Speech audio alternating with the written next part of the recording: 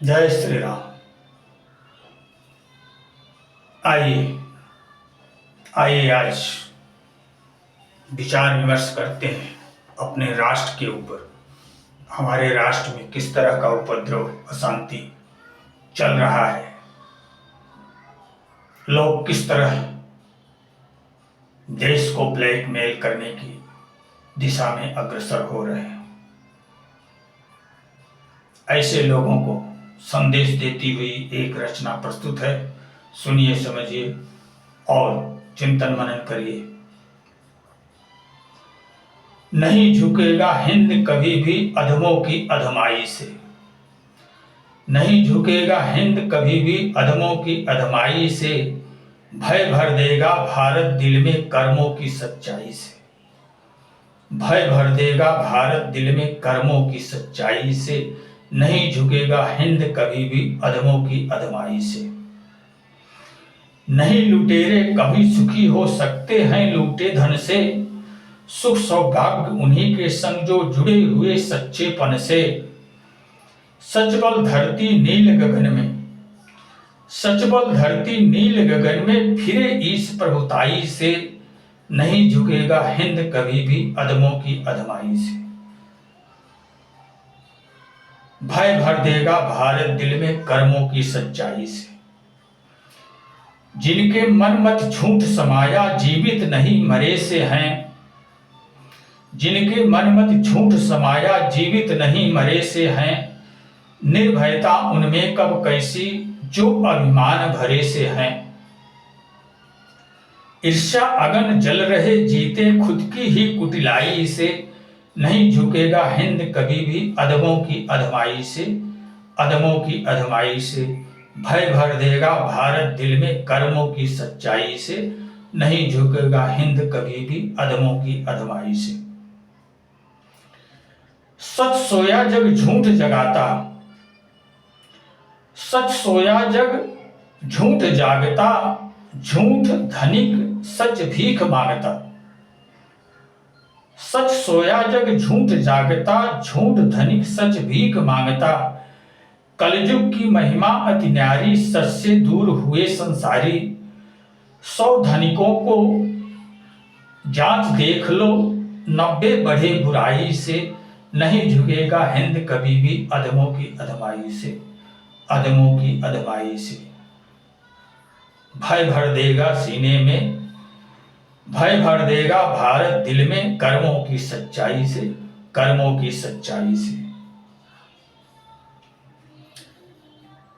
सच जागा जग देखा हालत धनिकों का जीवन युत लानत। सच जागा जग देखा हालत धनिकों का जीवन युत लानत। सच के साथ नहीं कोई भी झूठी की सब करें वकालत। मानव दानव बने जा रहे खुद की पाप कमाई से। नहीं झुकेगा हिंद कभी भी अधमों की अधमाई से। अधमों की अधमाई से।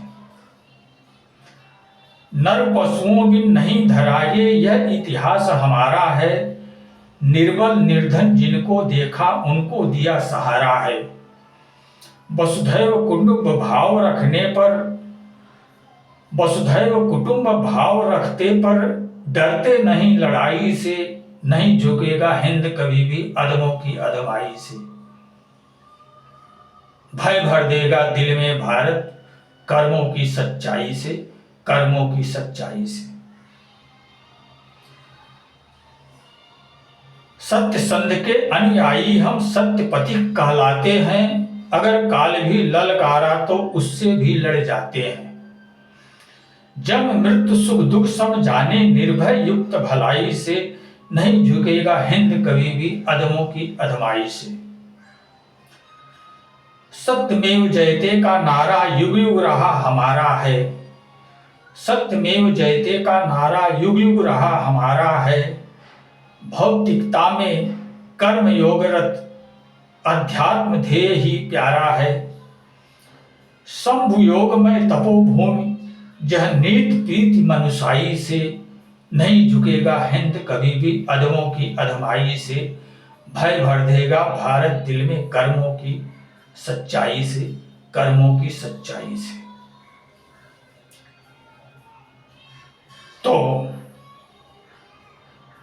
आज राष्ट्र शत्रुओं के चाटुकार किसे झुकाना चाह रहे हैं, किसे बर्बाद करना चाह रहे हैं? भारतवर्ष को। कदापि उनका मंसूबा कामयाब नहीं हो सकता है। ऐसे ही लोगों की वजह से, ऐसे ही गद्दार लोगों की वजह से ये भारतवर्ष गुलाम हुआ था।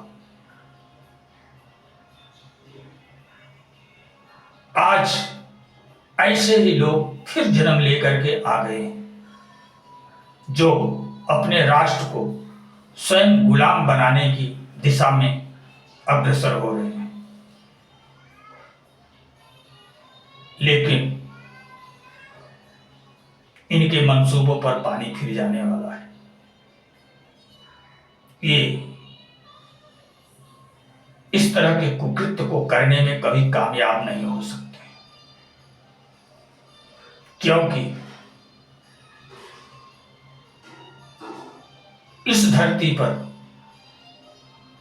नालायकों से अधिक लायक पुत्र,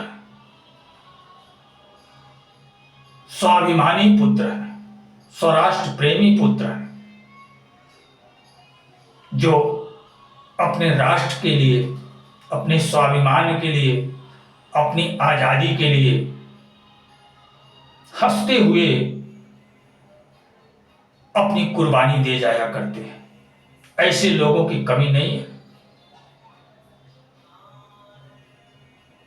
लाखों लाख, कई लाखों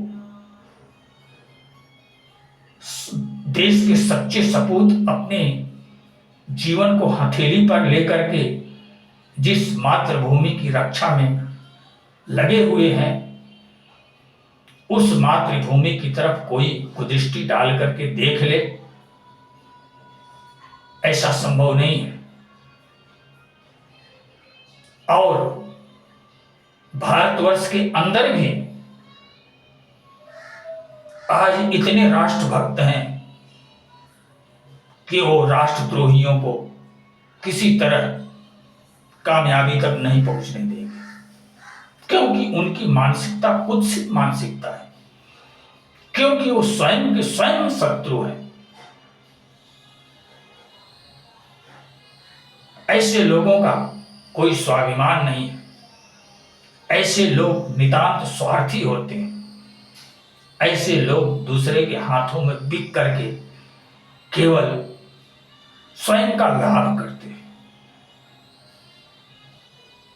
स्वयं का लाभ करते हैं, अपने घर को जला करके स्वयं को बचाने का प्रयास करते हैं। ऐसे लोगों की मानसिकता ऐसी कुछ होती है।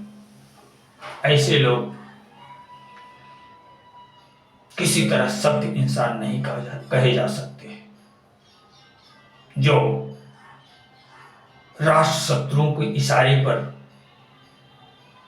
नाचते हैं, रोटी के टुकड़े को पाकर के अपनी धूम हिलाते हुए उनके वफादार बनने का प्रयास करते हैं। ऐसे लोग इस भारत को कदापि क्षति नहीं पहुंचा सकते। अब इसे गुलामी की जंजीरों में नहीं जकड़ सकते। वो दिन गया। आज जो उबलेगा वो स्वयं अंगार में बह के चला जाएगा। आज की व्यवस्था ऐसी है, जो उबलेगा वो स्वयं बह करके चूल्हे के अंगार में समा जाएगा। उससे अधिक कुछ नहीं कर सकता है। अरे जिस राष्ट्र में जन्म लिए, जिस राष्ट्र में जिए जागे, जिस राष्ट्र में मर करके जिस धूल में मिट जाने वाले हो, उस राष्ट्र से वफाई करने की जगह बेवफाई करते हो। अपने आप के कृत्यों पर पछतावा नहीं होता, शर्म नहीं आती है।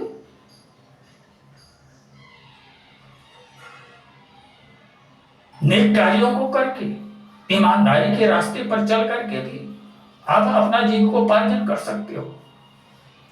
राष्ट्रद्रोही को टुकड़े पर राष्ट्रद्रोही जो टुकड़ा फेंकेंगे उसी टुकड़े पर पल करके तुम जी सकते हो, और तुम्हारे जीने का कोई दूसरा रास्ता नहीं है। स्वयं श्रम करके तुम जीविकोपार्जन नहीं कर सकते हो। ऐसे लोगों को लानत है जो स्वयं के घर की मर्यादा को तार तार करते हैं और शर्म भी नहीं आती है। ऐसे लोग अब कामयाब नहीं होंगे। तो इसी विषय पर आधारित ये रचना है। इसका कहना है, नहीं झुकेगा हिंद कभी भी अधमों की अधमाई से। इस भारतवर्ष में जितने भी गद्दार हैं, जितने भी चाटुकार हैं, जितने भी राष्ट्रद्रोहियों के इशारे पर चलने वाले लोग हैं, उनकी अधमाई से ये राष्ट्र कभी झुक करके उनकी चाटुकारिता नहीं करने वाला है। जिस चीज को वो चाह रहे हैं, भयभीत करना चाह रहे हैं, अब वो किसी तरह इस राष्ट्र को भयभीत नहीं कर सकते और इस राष्ट्र को झुका नहीं सकते। अपनी अधम कर्मों से राष्ट्र को झुका नहीं सकते। अधम कर्मों को करके स्वयं गर्द में समा जाएंगे, लेकिन राष्ट्र का अहित नहीं कर पाएंगे। क्यों? क्योंकि भय भर देगा भारत दिल में कर्मों की सच्चाई से। भारत के लोग, भारत के राष्ट्र प्रेमी ऐसे सत्यवादी लोग हैं, ऐसे नेक कर्म करने वाले लोग हैं कि वो अपने वफाओं से ऐसे गद्दारों के सीने में जो है भय भर,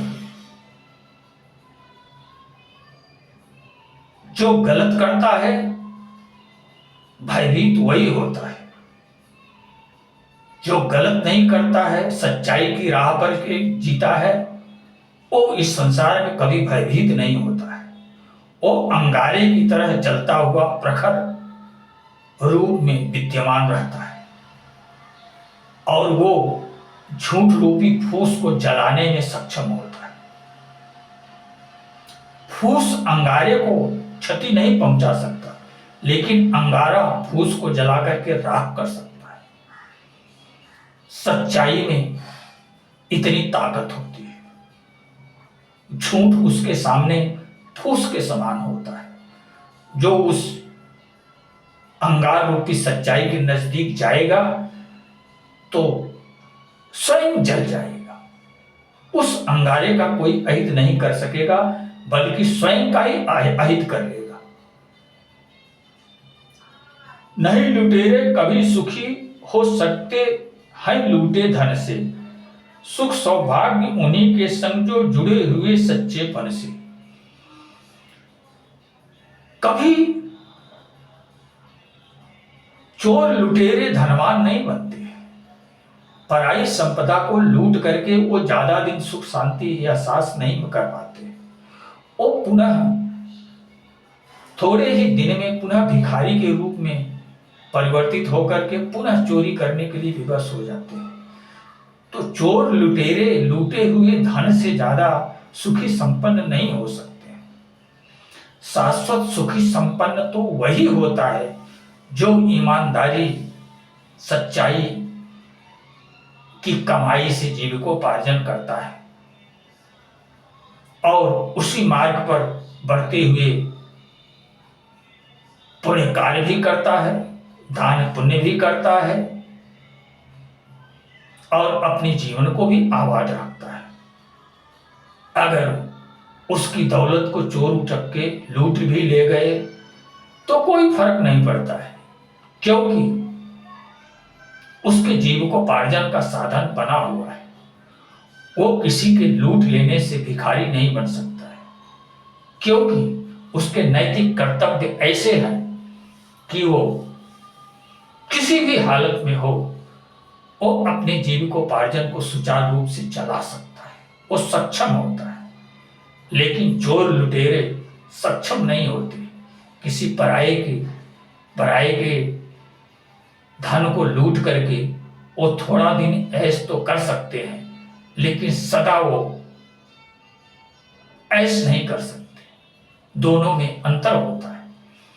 तो जो लोग दूसरे को लूट करके अपना जीविकोपार्जन करना चाह रहे हैं, वो लोग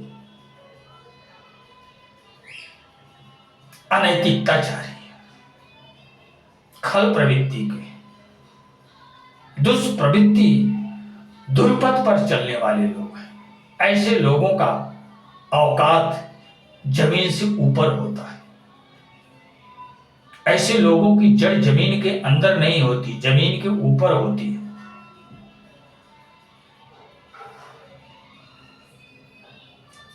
सुख सौभाग्य उन्हीं के संग जो जुड़े हुए सच्चेपन से।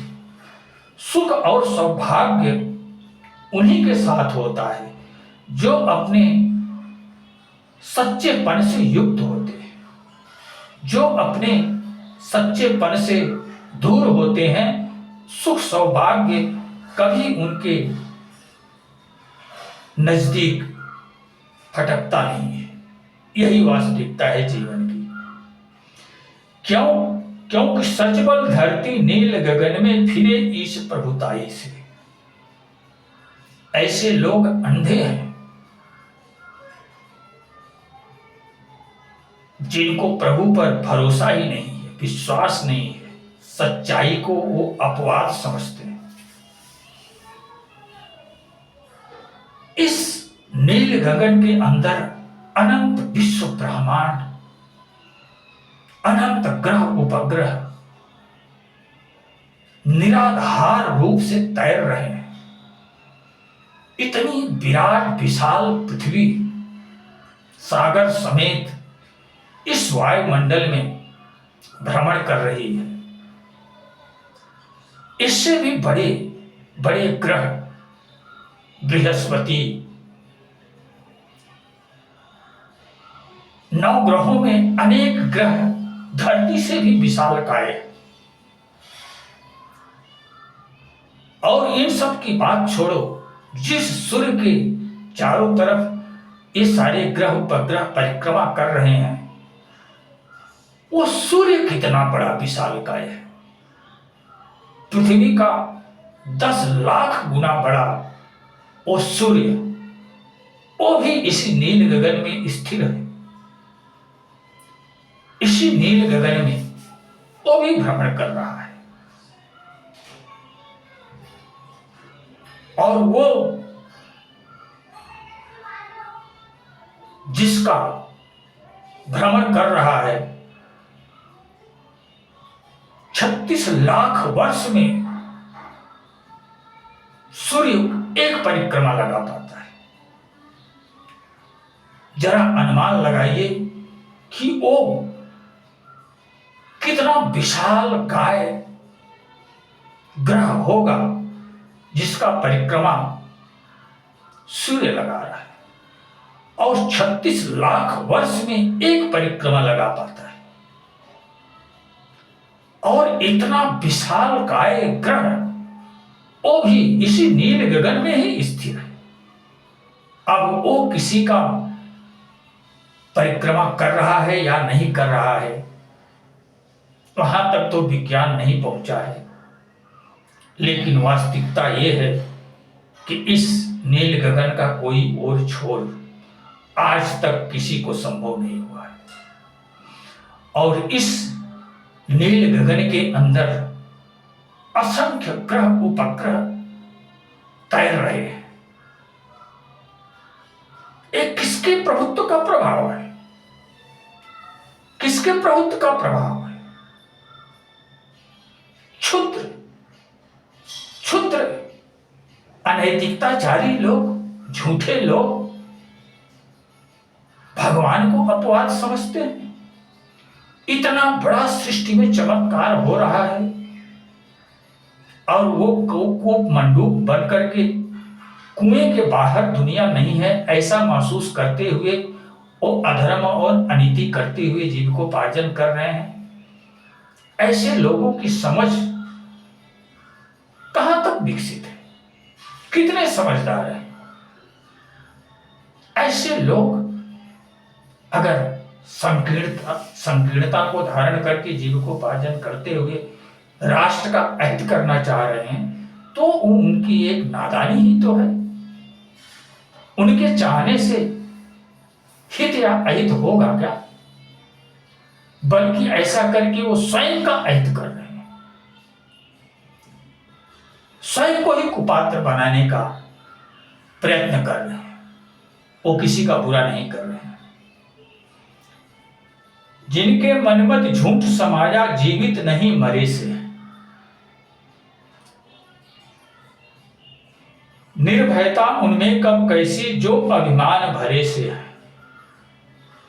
ईर्ष्या अगन जल रहे जीते खुद की ही कुटिलाई से, नहीं झुकेगा हिंद कभी भी अधमों की अधमाई से। वो जो ईर्ष्या अगन में जल रहे हैं उन्हें कोई जला नहीं रहा है, वो स्वयं के पाप कर्मों द्वारा स्वयं की कुटिलता के द्वारा ही ईर्ष्या अगन में जल के मर रहे हैं, जबकि उन्हें कोई जला नहीं रहा है। वो अपने हृदय के संताप से ही जल के मर रहे हैं, उन्हें कोई सता नहीं रहा है, वो अपने आप ही दुखी है। उनमें निर्भयता, सच्चाई, ईमान, धर्म, मानवता ये सब कैसे पसंद आ सकता है? क्योंकि आत्मा बुद्धि का नियामक है, बुद्धि मन की नियामक है, मन इंद्रियों की नियामक है। लेकिन ऐसे अधम लोगों का तार ही कट जाता है। बुद्धि और मन के बीच में अहंकार आकर के निवास कर लेता है, अज्ञानता का साम्राज्य स्थापित हो जाता है। तब ऐसे कुजनों को बुद्धि सलाह नहीं देती है, ऐसे कुजनों को अहंकार सलाह देता है, और अहंकार की सलाह मान करके मन जो है वो इस संसार में कर्म को अंजाम देता है। तो अहंकार मानवता का शत्रु है। जिसकी मनमति पे वो हावी हो जाता है, जिसको अपने बस में कर लेता है, उसको अधर्म और अनीति पर चला करके उसे नष्ट भ्रष्ट करके उसे अधः गर्त में गिरा देता है। अहंकार की यही विशेषता है। लेकिन जो सज्जन हैं, जो समझदार हैं, वो अपने मन और बुद्धि के बीच में अहंकार को स्थान नहीं देते, अहंकार को निवास नहीं करने देते। इसलिए आत्मा की प्रेरणा से बुद्धि सलाह देती है, बुद्धि की सलाह से मन अपने इंद्रियों को संयमित करता है और इस संसार में जीविकोपार्जन करता है, और इस संसार में एक सज्जन की अस्तित्व को कायम रख कर के जीविकोपार्जन करता है। दया, धर्म, ज्ञान, यज्ञ, सत्य, अहिंसा, प्रेम, दया, तप, इन सब गुणों से वो मैत्री करते हैं, क्योंकि ये सब गुण जो हैं वो मानवता के मित्र हैं। मानवता के जो गुण मित्र हैं उनसे मिताई करो, उनसे अगर संगति करोगे तो आपका कभी अहित नहीं होगा। लेकिन जो मानवता के शत्रु हैं, काम, क्रोध, मद, लोभ, ईर्ष्या, द्वेष, छल, झूठ, पाखंड, इनसे अगर आप मित्रता करोगे तो अवश्य आपको अधःगर्त में पहुंचा देंगे। तो जो कुजन लोग होते हैं वो कुजन लोग दुर्गुणों से मित्रता करते हैं, सद्गुणों से मित्रता नहीं करते, और इसीलिए वो जीते जी अधा गर्त में समा जाते हैं, जीते जी अपमानित होते हैं, जीते जी स्वयं दर्द भोगते हैं और अपने आश्रितों को भी बेसहारा बनाते हैं। उनके दुष्कर्मों के परिणाम स्वरूप यही गति उनको इस संसार में प्राप्त होती है। वो समझदार नहीं होते, वो अबुध होते हैं, अबुध अज्ञानी होते हैं, जिन्हें जीविकोपार्जन करने का तरीका भी ज्ञात नहीं रहता। उनके अंदर भूख विशेष होती है, उनके अंदर भोग भोगने की इच्छा बड़ी तीव्र होती है। वो प्रभुता को छीन कर ले लेना चाहते हैं, हक से अधिक प्रभुता प्राप्त करने की इच्छा रखते हैं, और उसी की वजह से वो एक दिन अधः गर्त में समा करके पछताते हैं।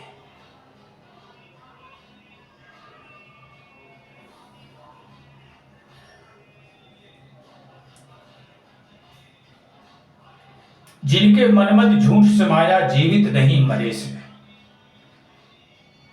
जो नैतिकता को छोड़कर अनैतिकता को धारण करके जीविकोपार्जन करते हैं, वो जीवित नहीं है, वो मृतक के समान, मुर्दे के समान, चलते फिरते मुर्दे के समान उनका जीवन है, और उनमें किसी तरह निर्भयता होती ही नहीं।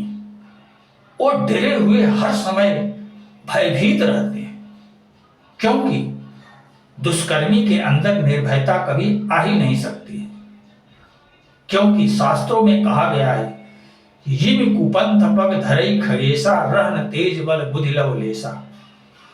व्यक्ति जैसे ही कुपंथ पर पैर रखता है, वैसे ही तेज, बल और बुद्धि, ये तीनों उसके शरीर को छोड़ करके दूर हट जाते हैं।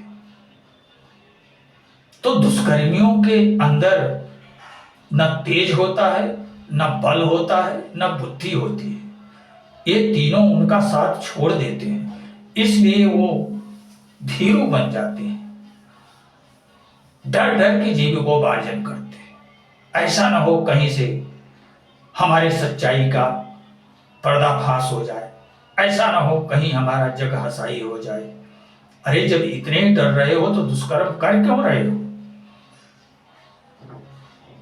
ईमानदारी का जीवन जियो, सतपथ पर आओ, सज्जन का जीविकोपार्जन करो।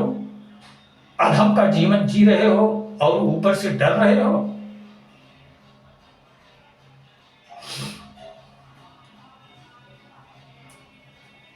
सच सोया जग झूठ जागता, झूठ धनिक सच भीख मांगता। कलयुग की महिमा अति न्यारी, सच से दूर हुए संसारी। इस संसार के अंदर बड़ा विलोमाभासी भाव है। सच जो है वो अपने आप में सोया खोया हुआ रहता है, अपने आनंद में ही वो मस्त रहता है। लेकिन जो झूठ होता है वो हर समय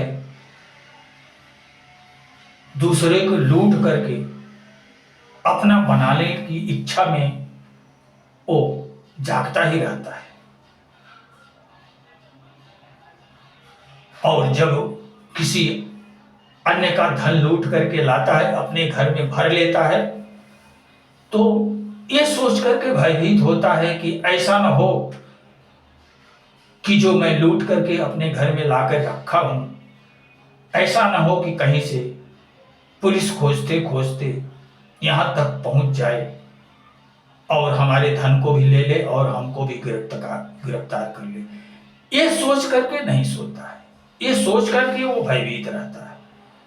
तो इस तरह से वो सुख चैन से इस संसार में जी भी नहीं पाता है, उसकी ऐसी दुर्गति होती रहती है।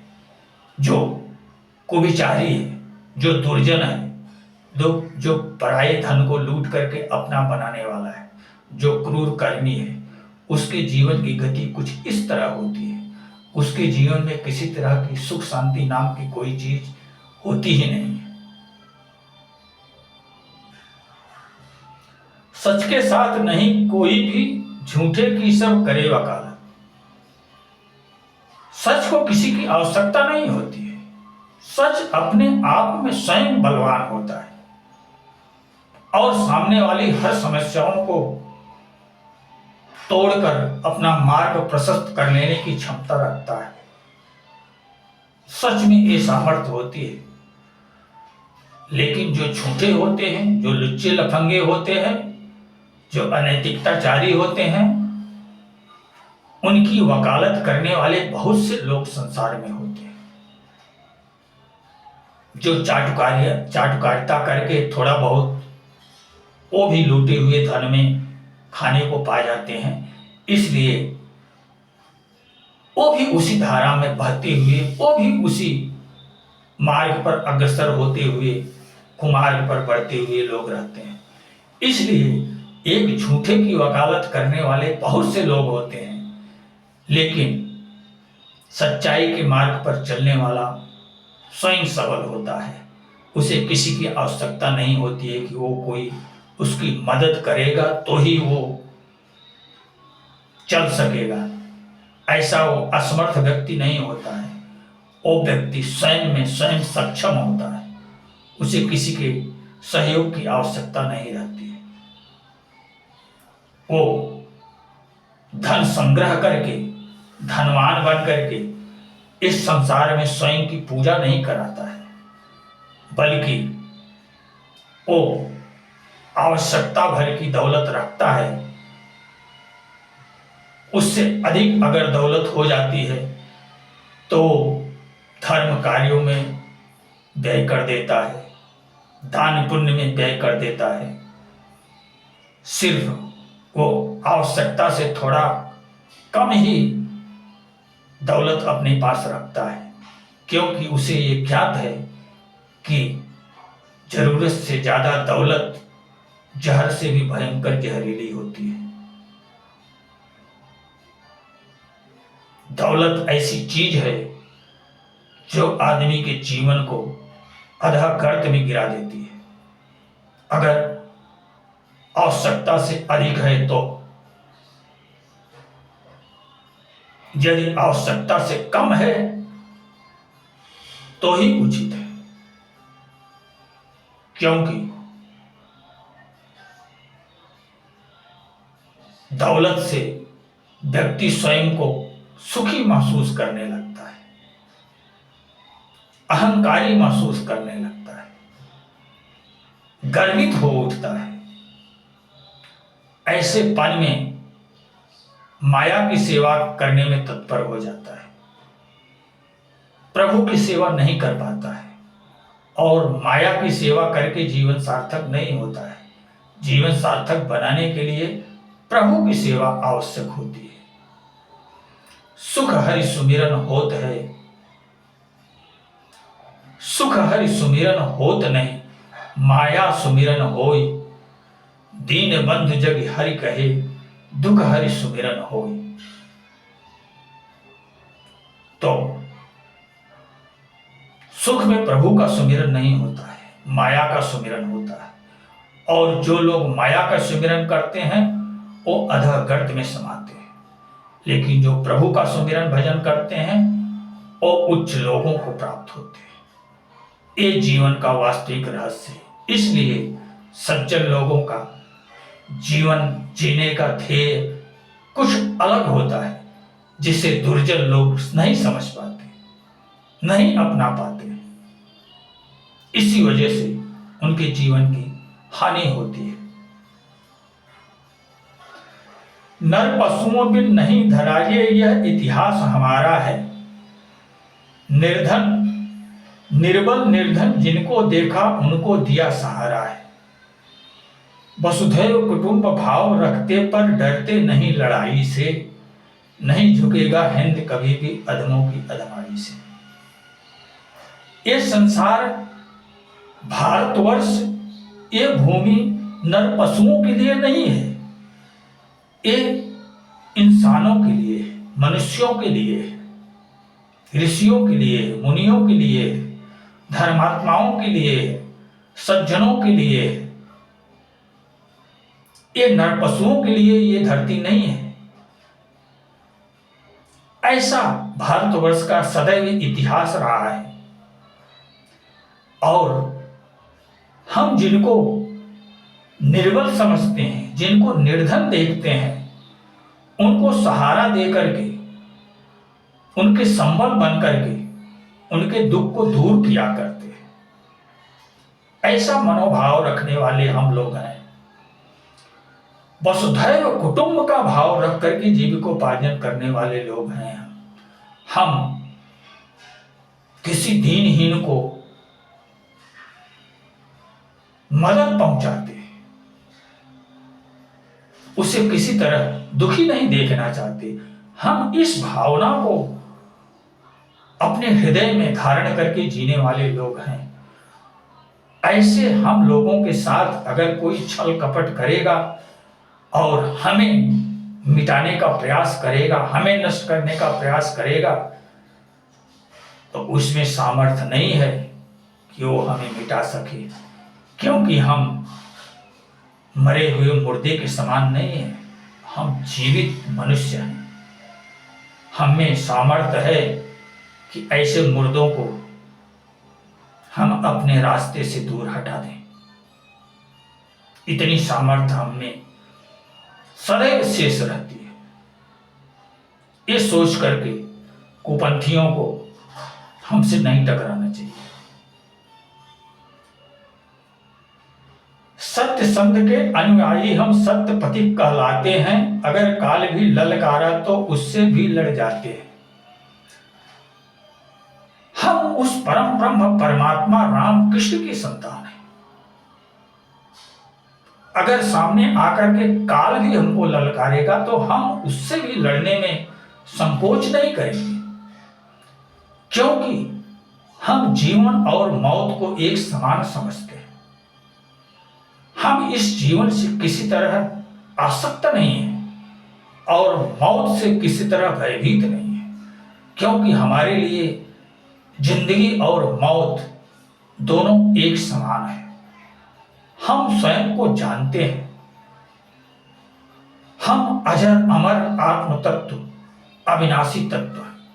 हमें ये ज्ञात है कि संपूर्ण सृष्टि में ऐसी कोई ताकत नहीं है जो हमें मिटा सकती है। हम वो शक्ति हैं।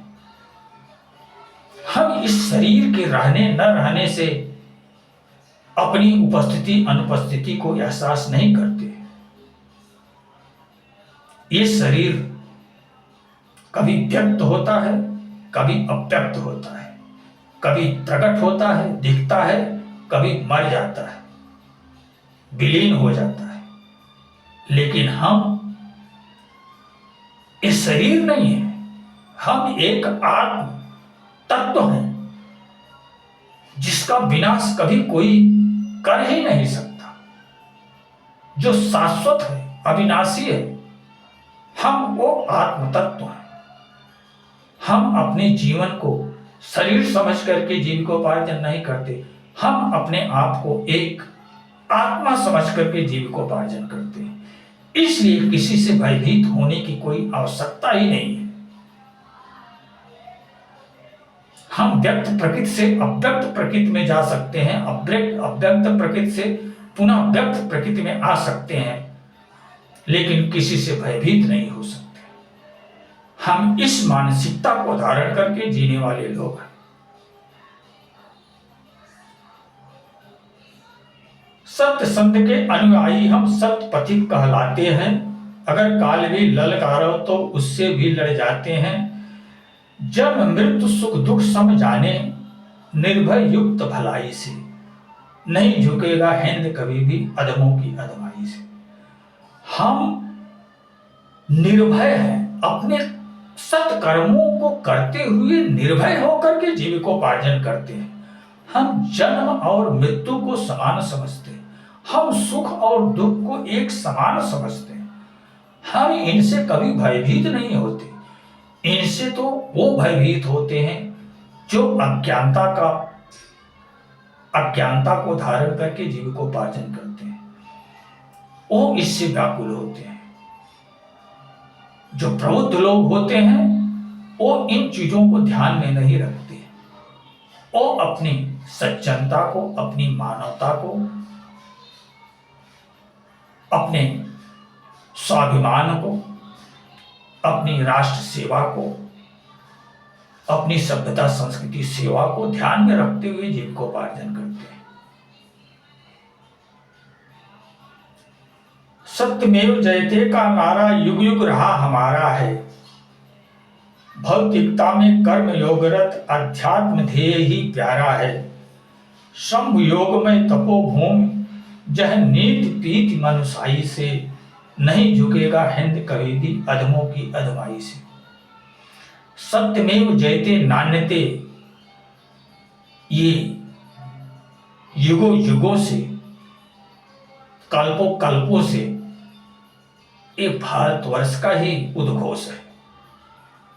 भारतवर्ष ही ऐसा एहसास करते हुए उद्घोष करता रहा है कि सत्यमेव जयते नान्यते, एकमात्र सत्य की विजय होगी, अन्य की नहीं। ऐसा उद्घोष करता हुआ भारत युगों कल्पों से आ रहा है। ये भारतवर्ष का उद्घोष है। हम इस संसार के अंदर जन्म लेकर के कर्म योग को धारण करके अध्यात्म अनुशीलन करते हुए जीविकोपार्जन करते हैं। हम इस भौतिकता की कलमस्ता में अपने आप को लिप्त नहीं करते, बल्कि हम अध्यात्म ज्ञान का अनुशीलन करते हैं। आत्मचिंतन मनन करते हुए हम अपने आत्म तत्व की प्राप्ति के प्रयत्न में लगे रहते हैं। हम इस भौतिक जगत के सुख भोगों में फंसने वाले लोग नहीं हैं, क्योंकि हम सनातन सभ्यता संस्कृति के अनुयायी हैं। हम ऋषि मुनियों की संतान हैं। हम में अपने पूर्वजों का खून प्रभावित है और हम इस आचार विचार को ध्यान में रखते हुए जीविकोपार्जन कर रहे हैं। हमारा किसी के द्वारा किसी तरह का कोई अनभल नहीं किया जा सकता है, बल्कि अनभल करने वाला का स्वयं ही अनभल हो जाने वाला है। शंभ योग में तपोभूमि जह नीति पीति मनुसाई से। ये ऋषियों मुनियों की तपोभूमि है। यहां की नीति, यहां की प्रीति मानवता के ऊपर आधारित है। मनुष्याई से हम प्रेम करने वाले लोग हैं। मानवता को धारण करके जीविकोपार्जन करने वाले लोग हैं। हम दानवों को कभी स्वीकार नहीं कर सकते। जिसको यहां रहना है उसे मानव बनकर के रहना पड़ेगा, उसे सज्जन बनकर के जीविकोपार्जन करना पड़ेगा। अगर वो यहां अधमाई दिखाएगा और हमको झुकाने का प्रयास करेगा, ऐसे लोगों के सामने ये भारतवर्ष कभी झुकने वाला नहीं है। तो इस रचना का यही कुछ कहना था। आप लोग स्वयं प्रबुद्ध हो, स्वयं चिंतन मनन करो कि इस रचना का क्या उद्देश्य उचित है, क्या अनुचित है। तो अब इसी के साथ अपनी वाणी को विराम देना चाहूंगा। जय श्री राम।